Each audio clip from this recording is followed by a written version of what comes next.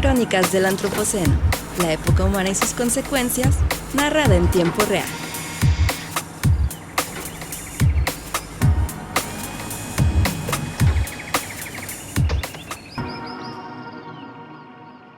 Hola, ¿qué tal? Y bienvenidos a Crónicas del Antropoceno. Yo soy Víctor González y esta semana tiene lugar la tercera Cumbre Internacional del Hábitat de América Latina, esta plataforma de diálogo que desde 2022 reúne a instituciones educativas, ministros, viceministros, alcaldes y académicos de Latinoamérica y del mundo para intentar dar solución a los problemas que competen a los Objetivos de Desarrollo Sostenible de la ONU 2030.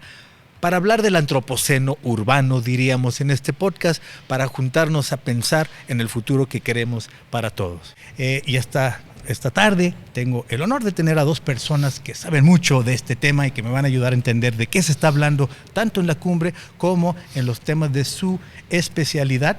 Nos acompaña hoy y ya habíamos tenido la intención de poder compartir los micrófonos con él desde hace mucho tiempo, Carlos Moreno. Él es director científico de la Cátedra Emprendimiento, Territorio e Innovación de la Universidad de París.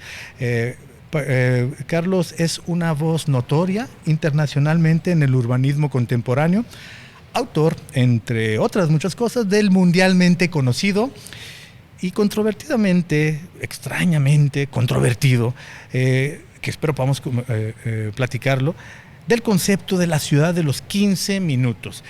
Carlos Moreno, bienvenido a Crónicas del Antropoceno. Buenos días, Víctor. Muchas gracias por la invitación. Y nos acompaña también en estos micrófonos, al igual que en la cumbre anterior, nos acercó esta entrevista y nos acompaña para poderla comprender, porque es uno de los temas de su especialidad, el doctor Eduardo Santana. Como ustedes los conocen, es el líder del equipo de los cronistas que hacemos este podcast. Él es maestro emérito de la Universidad de Guadalajara, biólogo de formación, ornitólogo por especialidad, ecólogo de fauna silvestre y promotor de nuevas maneras de relación entre ciudad y naturaleza en la ecología urbana, en el antropoceno urbano. El director del Museo de Ciencias Ambientales que construye la Universidad de Guadalajara y que produce este podcast. Bienvenido, doctor, al podcast. Muy bien, Víctor. Muchas gracias de nuevo por invitarnos.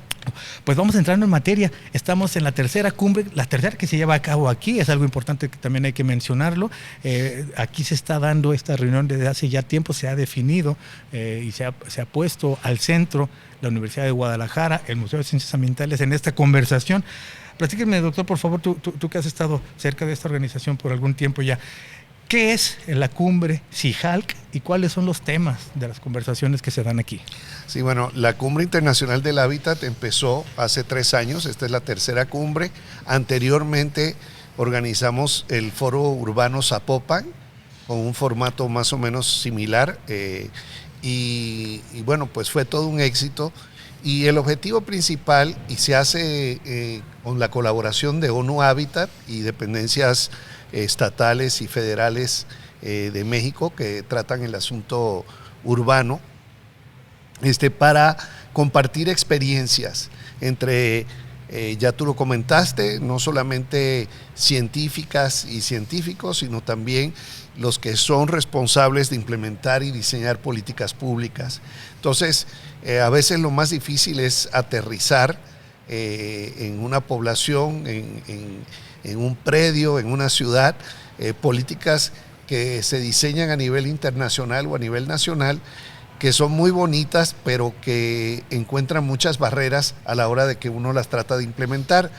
Y de igual forma, hay experiencias locales, barriales, exitosas, que merecen ser escaladas a otros niveles de política pública municipal o estatal o federal, y también se aprovecha para presentar ese tipo. Así que es un foro de discusión, y en este caso se hace el mismo año que va a ser el Foro Urbano Mundial, que va a ser en Egipto, en el Cairo, y parte de las discusiones que se van a tener aquí se van a llevar al Foro Urbano Mundial.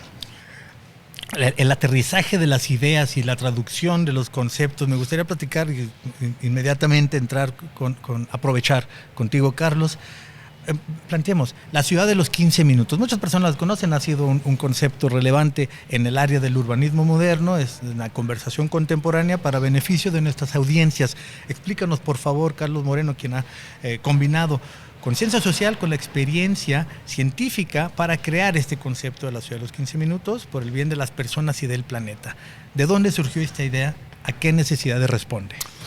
Víctor, de nuevo gracias. Esta idea surge en el 2010, cuando considero que el trabajo de la ciudad inteligente, la ciudad tecnológica, la ciudad de sensores, la ciudad del silicio, de algoritmos, era una sin salida. Fui uno de los pioneros en esa área. En el 2010, el premio Nobel, el profesor y muy amigo Mohamed Yunus, publica un libro, Un mundo de triple cero, cero carbón, cero pobreza, cero exclusión. Y en paralelo, el anterior alcalde de Londres, Ken Livingstone, conocido bajo el sobrenombre de Ken el Rojo, lanza una iniciativa para crear una organización mundial de grandes metrópolis para lo que él considera indispensable la lucha por el clima, la preservación del planeta a partir de las ciudades frente a las emisiones de CO2 y los peligros sistémicos del cambio climático. Esa organización se convierte en el 2008-2009 en el C40, que existe todavía hasta hoy, al que Guadalajara pertenece, al igual que Ciudad de México. Yo tomo conciencia en ese momento que el desafío más grande para la humanidad pasa por las ciudades con respecto al cambio climático y que los dos puntos fundamentales de emisión de CO2 son lo que se llama el transporte, o se llamaba, y las infraestructuras, los edificios. Planteo entonces que tenemos que atacar de raíz la problemática climática en las ciudades, disminuyendo naturalmente las emisiones de CO2 del transporte y optimizando el uso de los edificios, que son monofuncionales, desparramados dentro de la ciudad y que generan grandes distancias. En 2015 se tiene en París la COP21, la conferencia mundial que firma un acuerdo para el pacto climático. En el 2016 yo conduzco la formalización de ese concepto, que es la revolución de la proximidad. Cambiar nuestro modo de vida, nuestro modo de consumir, nuestro modo de producir, nuestro modo de trabajar, volviendo a una ciudad y a un territorio policéntrico, optimizando el uso para volverlo multifuncional de las infraestructuras, dándole prioridad a la baja huella de carbono en movilidad, a pie, en bicicleta, en transporte público, y reorganizando una vida urbana para tener una mejor calidad de vida como política pública.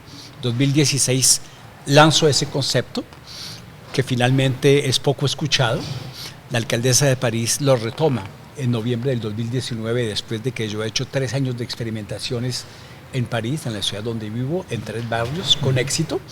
La alcaldesa lo toma como bandera para su campaña electoral de reelección en el 2020, que coincide con la pandemia planetaria del COVID, que muestra que la proximidad es un elemento clave en la resiliencia frente a este tipo de situaciones como la que vivimos con el COVID.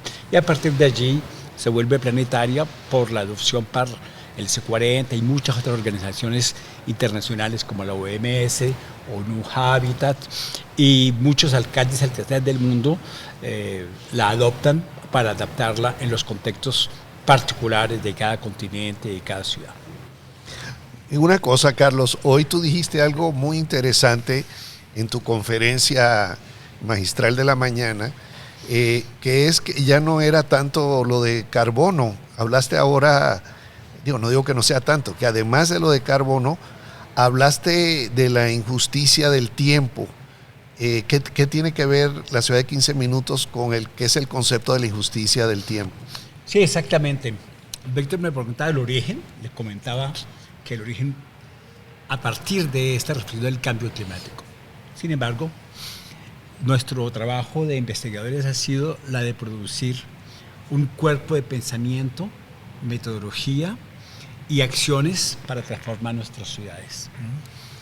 Más allá del cambio climático, que es una realidad y que constituye un vector importante de nuestro trabajo, nos orientamos hacia el siglo XXI, que es fundamentalmente urbano, comporta ciudades que se volvieron centrífugas, expulsan a la gente, van a vivir cada vez más lejos, inclusive en condiciones muy difíciles, cuando no son de hacinamiento o de informalidad, o simplemente cada vez en una operación constructiva mucho más lejana, porque económicamente parece ser más viable construir lejos para la gente que tiene menos recursos.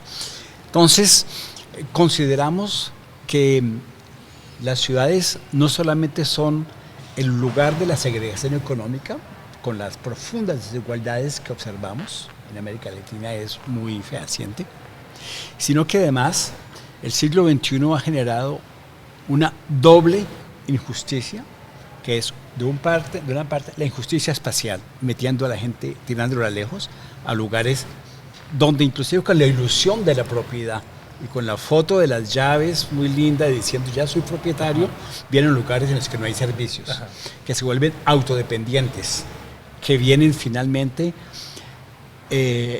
estructurar una segregación urbana espacial y al mismo tiempo generan una injusticia temporal, porque el tiempo útil desaparece finalmente por la obligación de los desplazamientos que conducen a lo que yo llamo en mi último libro las ciudades como metrónomos gigantes. Hay un péndulo, duermo, trabajo y se pasan 2 horas y vuelvo y se pasan otras 2 horas, son 4 horas por 5 días, son 20 horas, estamos con algo de una injusticia profunda. Entonces, las ciudades 15 minutos, independientemente que sean 15, 20 o 30, la ciudad de los X minutos, es un paradigma de revolución de proximidad para decir que frente a la desigualdad económica, la injusticia espacial, la injusticia temporal, hemos creado un conjunto de vulnerabilidades socioeconómicas, socioecológicas y de inseguridades.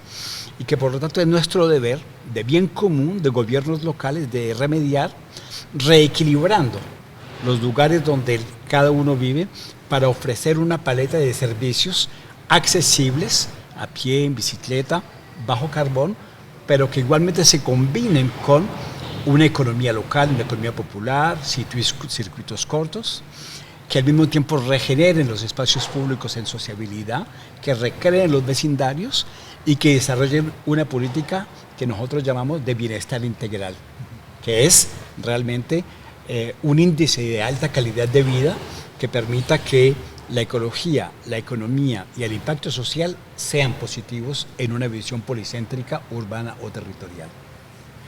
En esta cumbre se tocan muchos hallazgos, conceptos, propuestas, visiones. ¿Cómo es que se pueden traducir en políticas públicas? Creo que ese es uno de los fuertes de esta cumbre, que no solamente son las ideas, sino el intento por aplicarlas, y que tú has sido partícipe de experimentos que han llevado esta teoría, este concepto a la práctica. ¿Qué se está dando? ¿Qué podría destacar que se da en esta cumbre? ¿Y cuáles son algunas de las posibles maneras de aterrizarlo que tú ves que pudieras funcionar en Latinoamérica? La cumbre internacional de el hábitat de América Latina y Caribe, el maestro Santana lo decía hace un instante, es una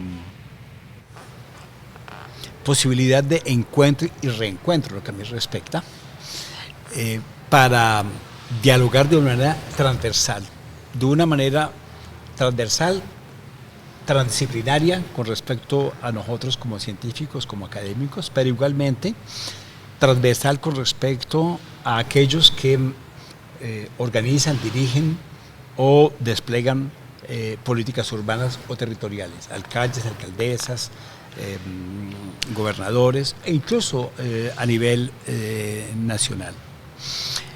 Se trata en este tipo de evento de evocar no solamente los conceptos, sino cómo lo traducimos en política pública. Este concepto de la reducción de la proximidad tiene sentido si es una política pública.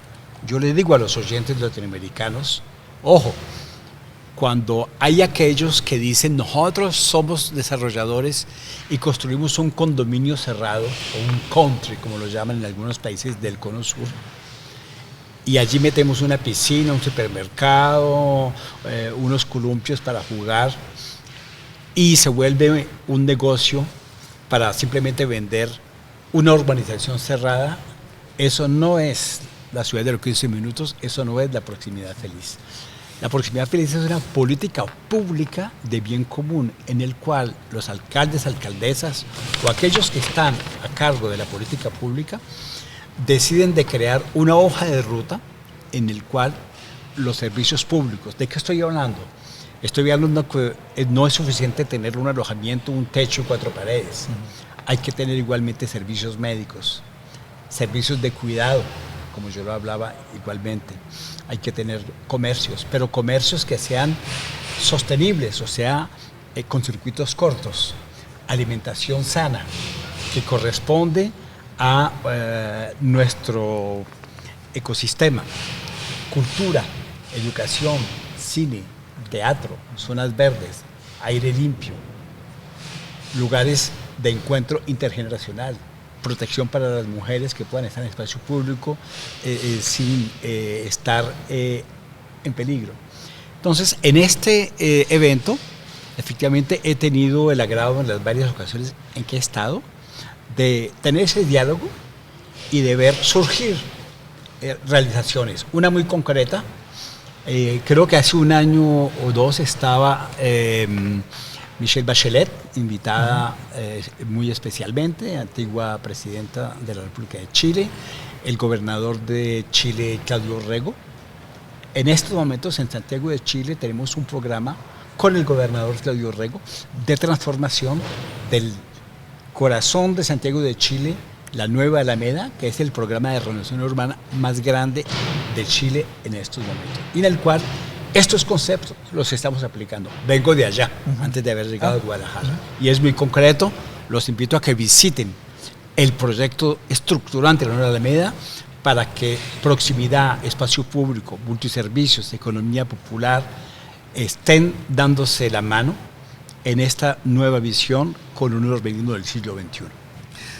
Carlos, hay una cosa importante que es el tema de la cumbre es alianzas, que un poco refleja lo que ya acabas de comentar, y el foro en el que participaste se llamaba Salud Pública Global y Política Pública Local. Entonces el elemento de la salud, ya hablamos del cambio climático con el transporte y la proximidad, ya hablamos de los derechos humanos o de la injusticia en relación espacialmente y temporalmente.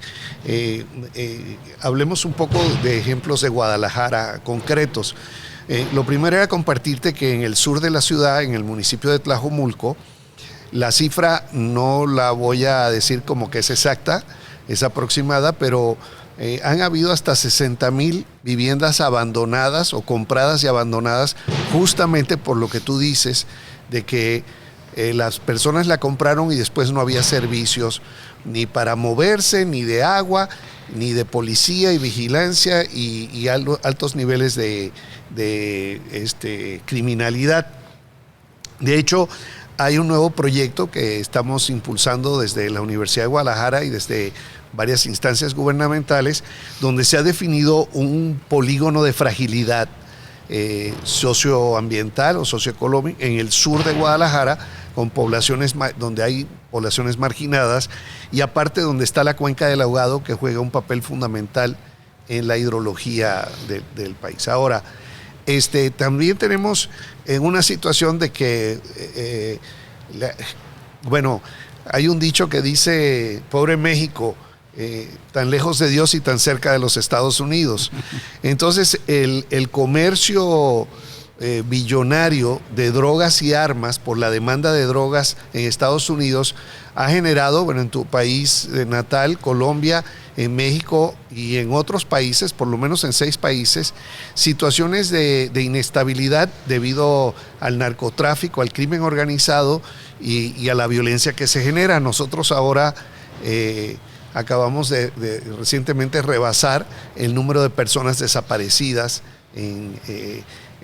que Colombia era el que tenía el mayor número, inclusive más que Argentina, y así como las madres de las plazas de Mayo, pues aquí ya tenemos cientos de colectivos, principalmente de mujeres, buscando a sus hijos desaparecidos y encontrando fosas, y justamente esa área de Tlajomulco, donde están todas estas viviendas, también es de las que tienen el mayor número de fosas clandestinas. Entonces, una cosa alimenta a la otra y alimenta a la otra, y es un ciclo vicioso de problemas.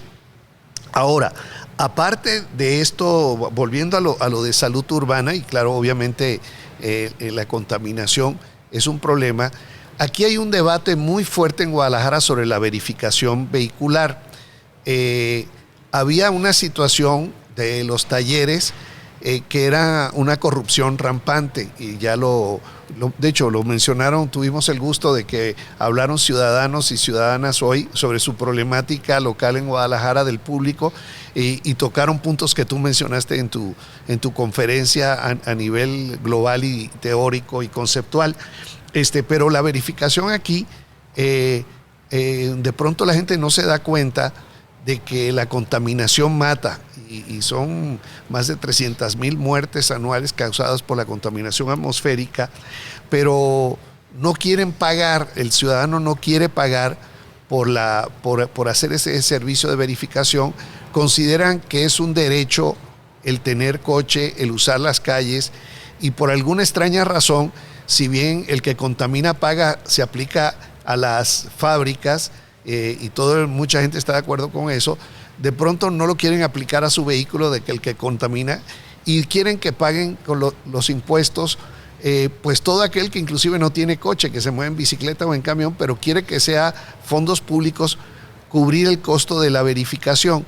Verdaderamente sí funciona la verificación, o ha funcionado para reducir la contaminación atmosférica. En la Ciudad de México hay ejemplos, inclusive hoy no circula, aparte de la verificación. ¿Y cómo ocurre esto, se financia esto, que sea de una manera justa y no injusta?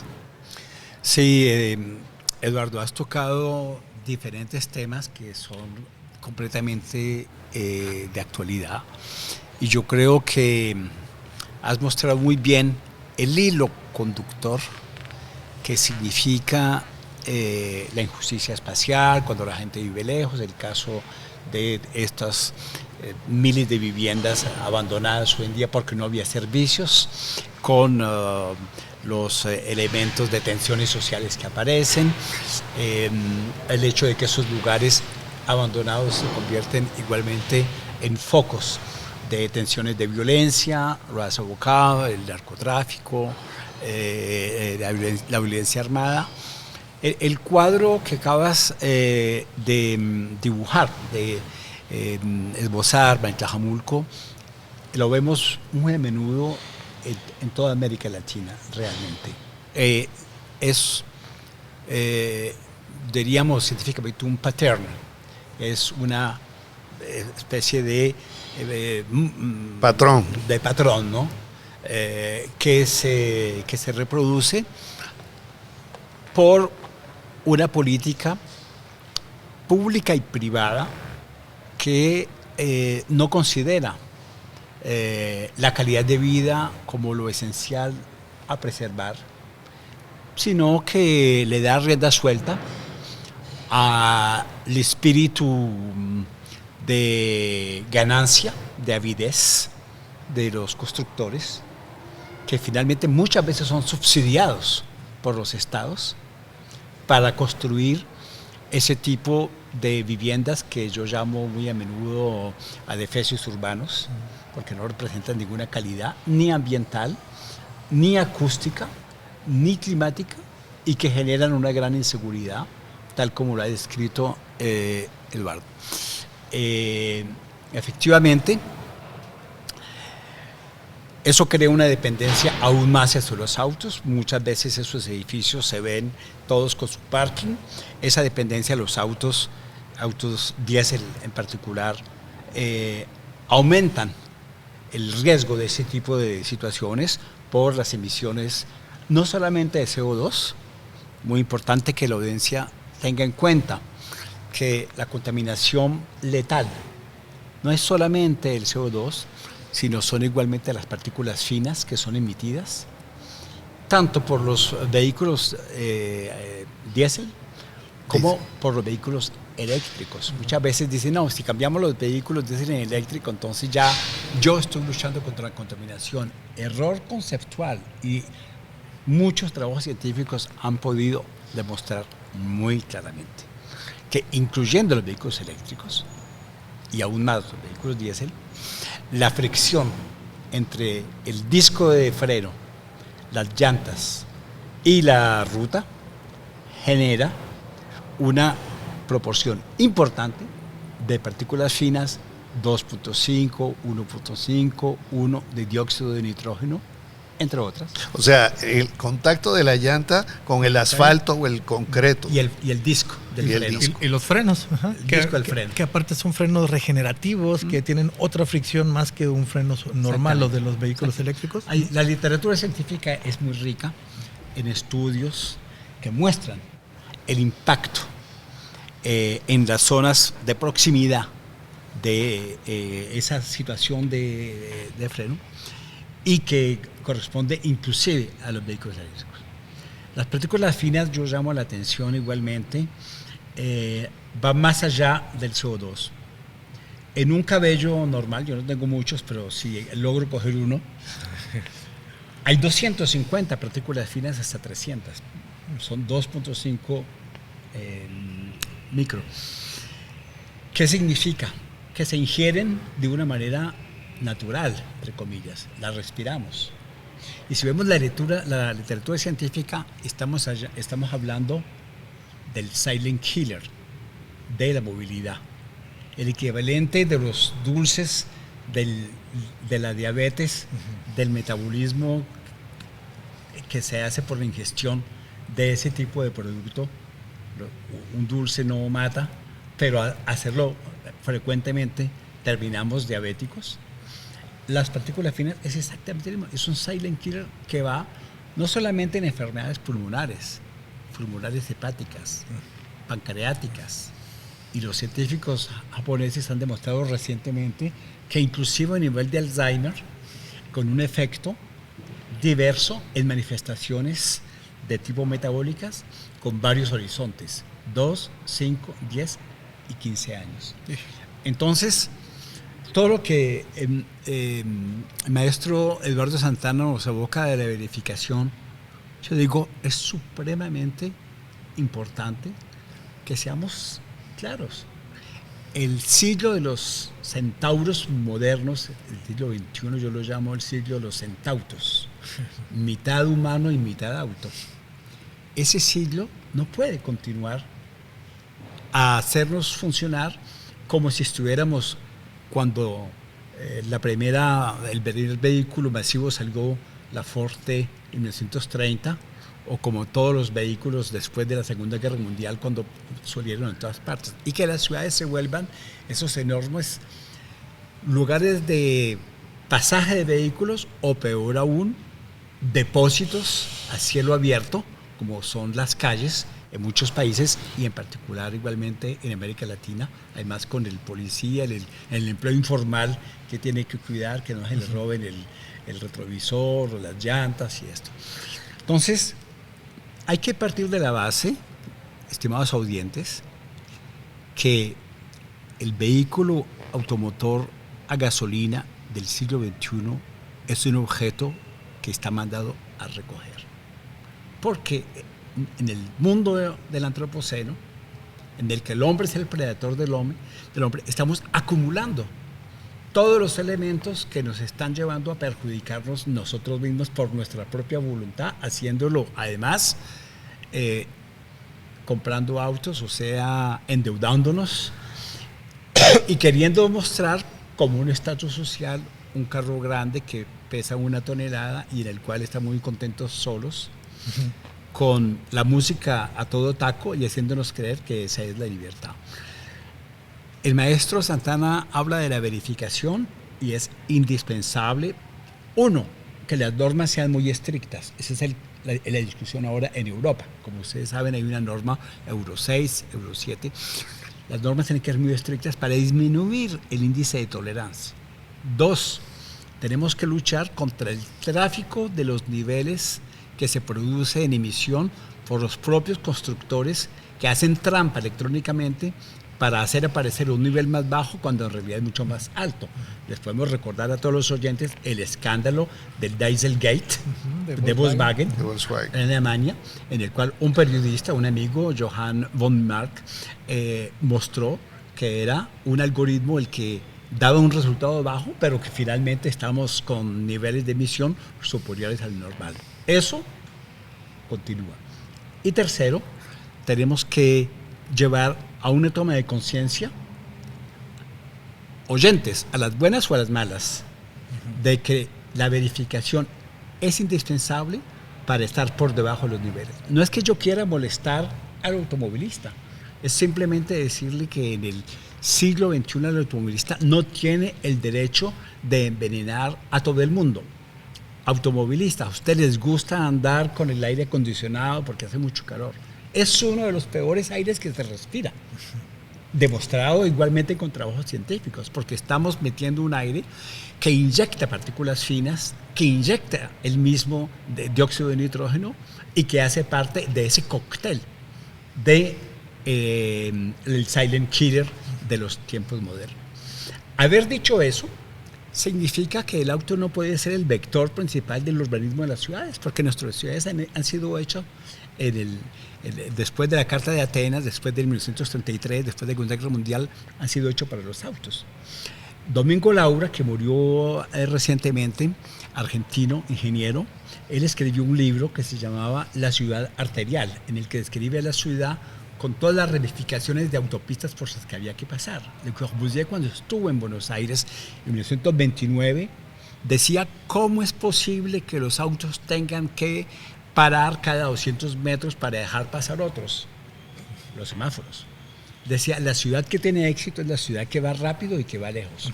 Entonces, heredamos de esto. La Junta Militar, la dictadura en Argentina, que celebramos 40 años de su desaparición, lanzó en 1974 ese programa de autopistas, de los cuales 7 estaban previstas, hicieron solamente 2, pero nada más, cuando uno llega al aeropuerto de Ezeiza y que coge esa primera autopista, observa no solamente los niveles de contaminación, sino de segregación de lado y lado de la autorruta por su propia construcción. Decir esto significó que me clasificaran todos los movimientos alt-right mundial, que no creen en el cambio climático, que se dicen libertarios, que consideran que uno tiene derecho a hacer lo que se le dé la gana, para que, colocando en el centro un cambio de paradigma sobre el auto como vector principal de la transformación urbana, para que sea la gente y sus necesidades, la calidad de vida, me consideraban como enemigo número 1. En Inglaterra y en Estados Unidos, el elemento que lanzó esto fue el hecho de reducir el espacio urbano, limitarlo para los autos y dárselo a la gente. Porque decían, mi auto es mi segunda casa y es mi libertad y es mi derecho. Estamos hablando exactamente de lo mismo como con la verificación. El auto no puede ser una libertad. El auto es ante todo una obligación de salud pública, de salud urbana, de preservación, de salud colectiva. La madre que se desplaza con un caminador con sus hijos allí, que está caminando por una acera, está envenenando a su hijo, pero no ella, sino por el automovilista que está pasando allí y que nos está dejando todo ese asesino invisible, que son todas esas partículas que se mezclan y que hacen que el aire de nuestras ciudades sea un cóctel cada vez más letal. Y ese sector que te critica también está en contra de las vacunas generalmente, y ve otro tipo de conspiraciones que lamentablemente no van por el bien común. Ya como última pregunta, ¿cómo es que se financia la verificación en otros países y en otras ciudades donde ha sido exitoso? Eduardo, muy claramente, la verificación es una política que tiene que estar en el bolsillo del propietario del automóvil para que la pague, sin que esto sea subsidiado. Hay países que incentivan el subsidio, diciendo por cada verificación la potencia pública va a tomar 20%, 30%. Personalmente, yo hago parte de una escuela un poco más dura, por los peligros de letalidad que estamos hablando de lo que representa no solamente el auto, sino sobre todo el conjunto de elementos que van contrarios a la salud pública y más allá de la salud pública, el bienestar. Sin contar otros efectos para la comunidad, que es el costo de todas las enfermedades que se producen. Porque todas las personas que están mal del pulmón, que están mal del riñón, que están mal del páncreas, que se vuelven con Alzheimer, ¿quién va a pagar esas enfermedades en lo que respecta al diagnóstico y a los tratamientos y esto? En política pública, en Europa, en nuestros países, la salud queremos que sea un derecho y que por lo tanto no sea ligado a mi tarjeta de crédito, ni... Entonces, estamos penalizando triplemente a la gente. El que anda caminando la mamá con su niño, que lo estamos envenenando doblemente. El espacio público, que lo estamos perdiendo y además está contaminado. Y en tercero, todos los efectos que se acumulan de la cadena, en los cuales son costos muy elevados. Sin hablar, desgraciadamente, de los muertos. En mi país, en Francia, estamos hablando de 48.000, 50.000 muertos por año exclusivamente de primera mano, a los cuales hay que añadirle los muertos de segunda mano, o sea, aquellos que tienen patologías que lo ponen en dificultad y en los cuales toda la situación del aire contaminado va a inducir una aceleración de la degradación. Entonces, esto me lleva simplemente a decir que tiene que ser el propietario, asume su riesgo y su costo. Estamos a punto el mes que entra es el aniversario de la publicación del libro Silent Spring, una primavera silenciosa, de Rachel Carson, en donde da cuenta de la barbaridad que era usar DDT indiscriminadamente, porque después supimos cuáles eran las consecuencias. Ojalá que en el futuro podamos ver en retrospectiva la barbaridad que suponía vivir en una ciudad en donde estamos todos respirando el subproducto de estas máquinas en las que nos movemos y que los estamos respirando y lo estamos absorbiendo todo el tiempo. Todo esto que nos decías de las nuevas investigaciones, las nuevas evidencias de lo que provocan las partículas que de todos modos salen de cualquier tipo de vehículo, incluyendo los eléctricos, como para que pensemos que hoy tenemos que hacer esos cambios. Y esos son algunos de los cambios y algunos de los futuros posibles que planteamos en este podcast, que busca discutir el Museo de Ciencias Ambientales y que se están dando en los pasillos de esta cumbre internacional del hábitat para América Latina, CILHALC, en donde pensadores como Carlos Moreno, como Eduardo Santana y como una gran cartelera de diferentes académicos, profesionales, investigadores, comparten sus ideas para tratar de aterrizarlo en políticas públicas, para que funcionen, para que se apliquen y para que podamos con ello tratar de tener pues una ciudad para todos, una ciudad más saludable y un futuro mejor. Muchas gracias por acompañarme hoy, Carlos Moreno. Encantado de tenerte en Crónicas del Antropoceno, de que nos compartieras tus ideas. Nos encantaría continuar escuchándote, pero la agenda es apretada y lo alcanzamos a sacar antes de la comida, por lo cual te lo agradezco doblemente para que puedas ya regresar a tu apretada agenda. Un encanto estar aquí platicando contigo. Muchas gracias, Víctor. Eduardo Santana, director del Museo de Ciencias Ambientales, el líder del equipo que hace este podcast. Muchas gracias, doctor, por estar otra vez aquí con nosotros en los micrófonos, por traernos a un invitado también de esta talla y, bueno, a continuar con la cumbre también. Muchas gracias, Víctor. Y muchas gracias sobre todo a ti que nos escuchas, que nos ves a través de las plataformas de podcast, a través de YouTube. Recuerda que puedes entrar en contacto con este proyecto y con el Museo de Ciencias Ambientales a través de las redes sociales del museo, que son Museo de Ciencias Ambientales. Estamos construyendo ladrillo a ladrillo, vamos avanzando, estamos próximos a empezar a abrir espacios próximamente, pero estamos haciendo todo este tipo de nexos, contactos en el ámbito académico y en muchos otros ámbitos como los que te platicamos aquí. Sobre todo, quédate pendiente de la próxima de estas Crónicas del Antropoceno. Esto fue Crónicas del Antropoceno, una producción del Museo de Ciencias Ambientales de la Universidad de Guadalajara. Gracias por escuchar.